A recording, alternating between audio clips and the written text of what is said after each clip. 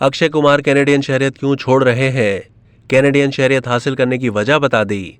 बॉलीवुड अदाकार और कैनेडियन शहरी अक्षय कुमार को भारत में उनकी शहरियत पर होने वाली तनकीद के बाइस अपना पासपोर्ट बदलना पड़ गया।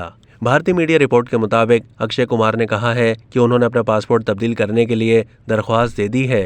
एक इंटरव्यू के दौरान अदाकार ने कहा कि भारत मेरे लिए सब कुछ है। मैंने जो कुछ भी कमाया है और जो कुछ भी हासिल किया है वो सब कुछ यहीं से हासिल किया है। मैं खुशकिस्मत हूँ कि मुझे भारत को वापस कुछ देने का मौका मिला।